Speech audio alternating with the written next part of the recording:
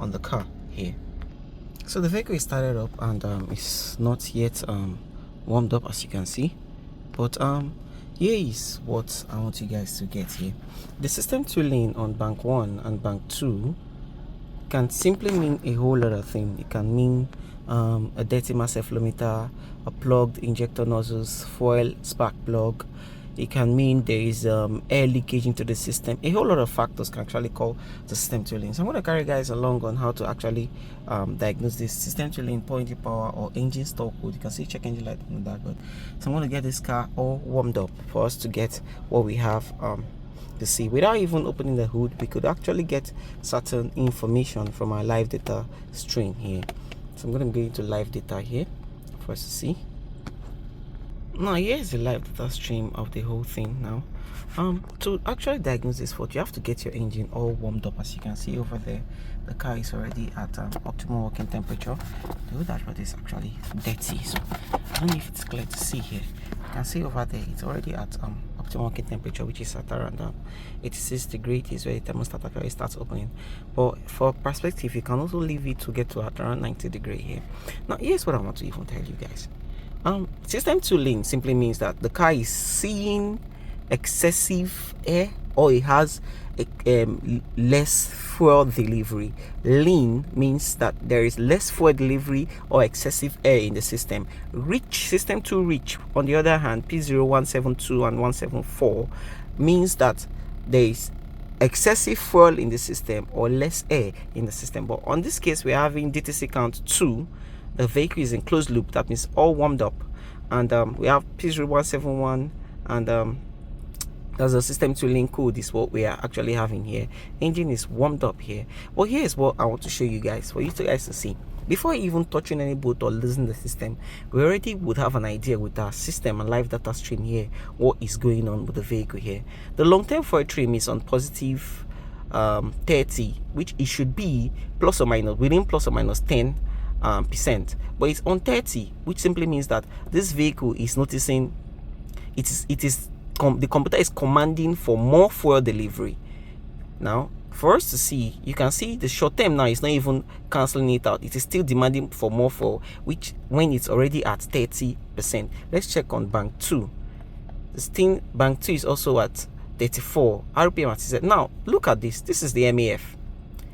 The MAF is showing me that there is less air coming in. Now at optimal working temperature, the MAF should be giving you close to engine capacity. Now this is 2.9 grams per second, which is not too far from a 3.5 liter engine, and the engine RPM at 670. So having this 2.9 grams per second, I should even have even more negative. That means there is no excessive air coming into the system, and I don't have a skewed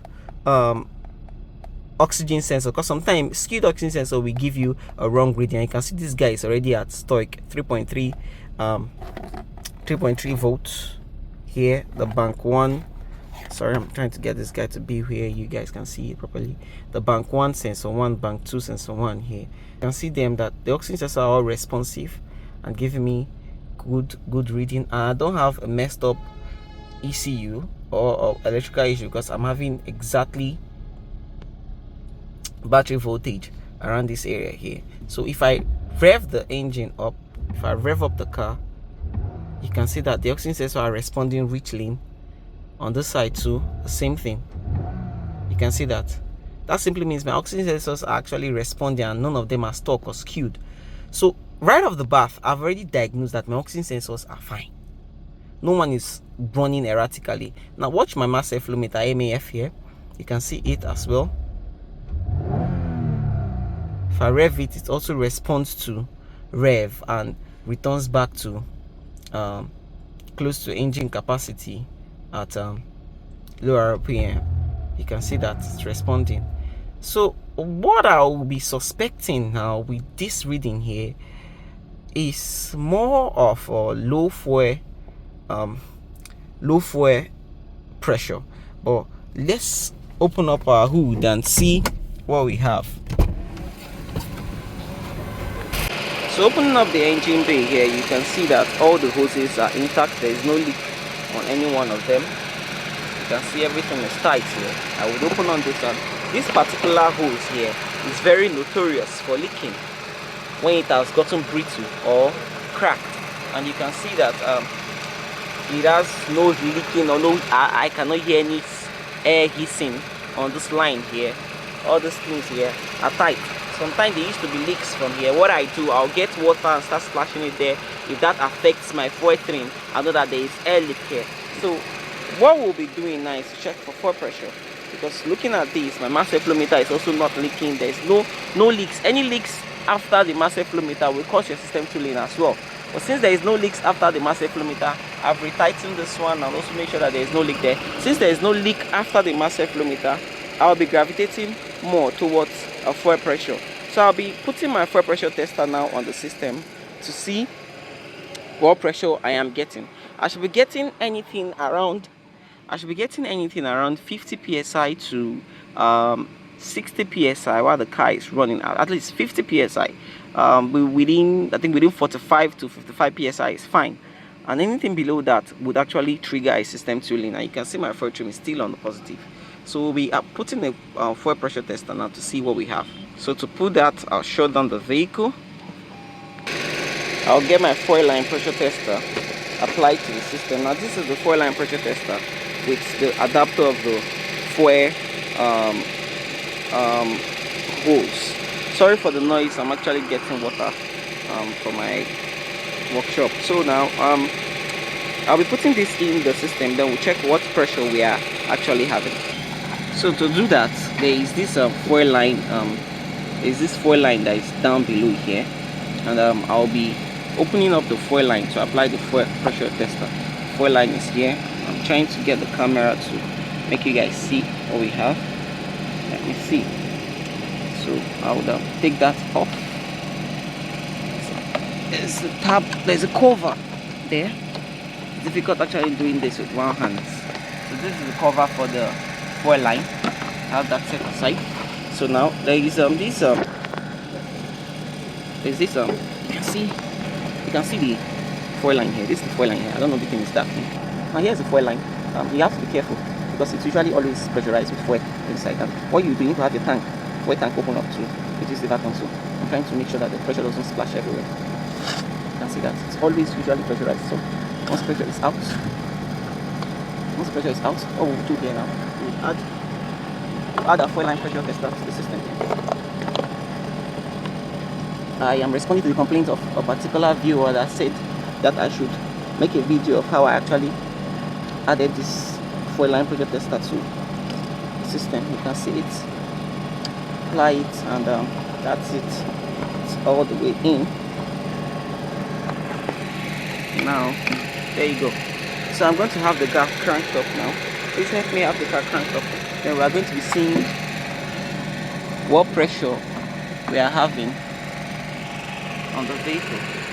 Alright, have it started up. Alright, start it up.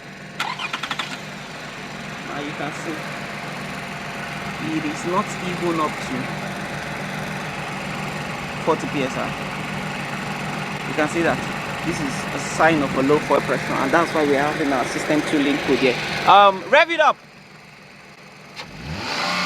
You can see it only goes, it doesn't even get up to 60 psi when it's revved up. So this is a sign of a clogged fuel line or a low fuel or a weak fuel pump. So I think this vehicle needs another fuel pump. So I'm going to get a fuel pump, then we'll see what the difference is. This is the fuel pressure with the old fuel pump. We'll put a new one in now. So on most Toyota Lexus sedans, their fuel pumps usually at the rear of the seat of the vehicle, under the seat here. So you pull it up and take it to the side here. This guy has seat weight sensor on the side here. So I'm going to be unplugging this. Doing it with one hand is difficult. That is unplugged. I think there is another one too on this side that needs to be unplugged. So with that unplugged here, we would also have this guy open up. Yeah. Set this guy aside, and here you go. Here's the fuel pump assembly. This is for the evap system here. So I'm gonna be taking out the fuel pump here just to see what's happening inside. So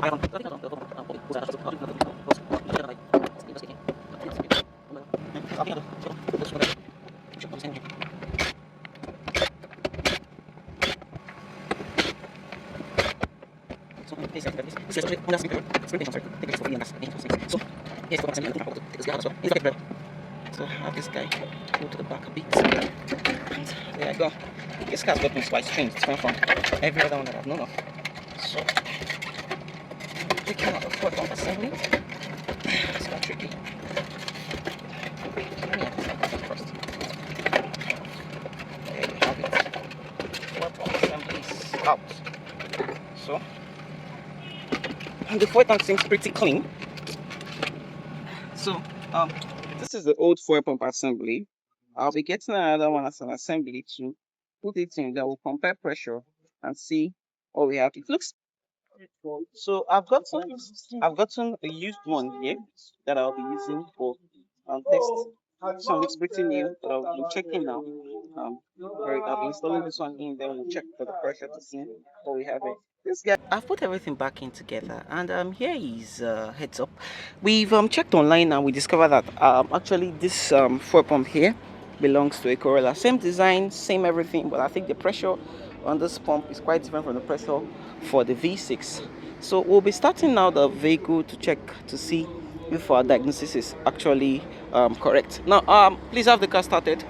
So let me give you guys a close-up view of it. Let's see what we have here. Picking up pressure. And boom. You can see here that it's no longer running, it's no longer staying at 30 psi that it used to stay. Now this one runs at 50 psi. Rev the car. Once the car is revved. Now we are going to be going to look at our foil trims now to see if the long-term foil trim and short-term foil trim are adjusting for the difference we have here.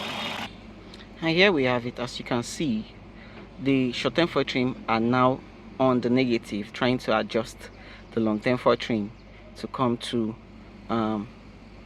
reduce. And you can see the mass airflow here is also doing that.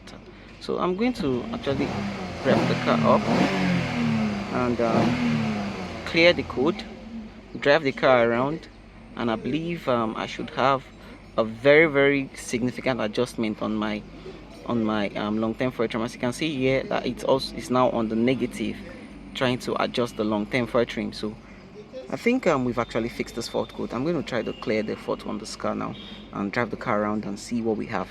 After driving the car for a while now, you can now see that the foil trim has now dropped from way high to at around 10 here, and you can see it's still cutting it down. So I believe with this now, even after driving for a while, to still cut down more. So I believe with this now, we shouldn't be having the system to lean on this vehicle anymore. So that's actually how to fix your system to lean code. And you can see this car is clean with no single warning lights on the dashboard anymore. Not a single one. That one over there is seatbelt warning light. So thank you guys for watching.